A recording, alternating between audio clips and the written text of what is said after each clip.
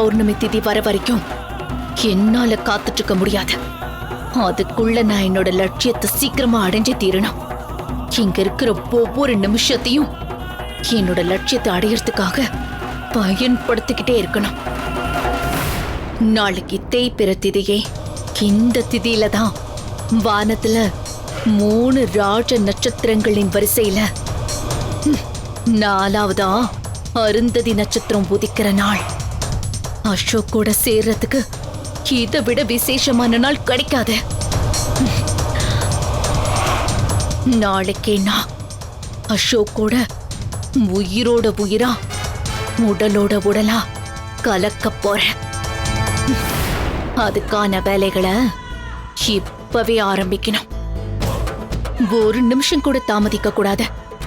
அசோக்க வசியம் பண்ணி ஏன் கட்டுப்பாட்டுக்குள்ள கொண்டு வர அதே நேரத்துல ஆவுடை குடும்பத்து மேலையும் ஒரு கண்ணு வைக்கணும்.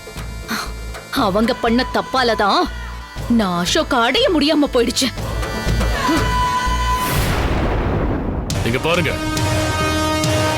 காலன், தட்சன், காலிங்கன், சூனிய கிழவன் நமக்கு உதவிக்கு வந்தவங்க எல்லாரையுமே அழிச்சவ கனகா. ஆனா அவதான் வீணாவுக்கு நாள் குறிச்சாலான்னு தெரியல. மர்மக்கால் பண்ணவளும் அவதானான்னு தெரியல. நாம வீணாவை காப்பாத்துறதுக்கு எத்தனையோ முயற்சி பண்ணோம். ஆனா அவ சொன்ன மாதிரி வீணாவை காலி பண்ணிட்டா.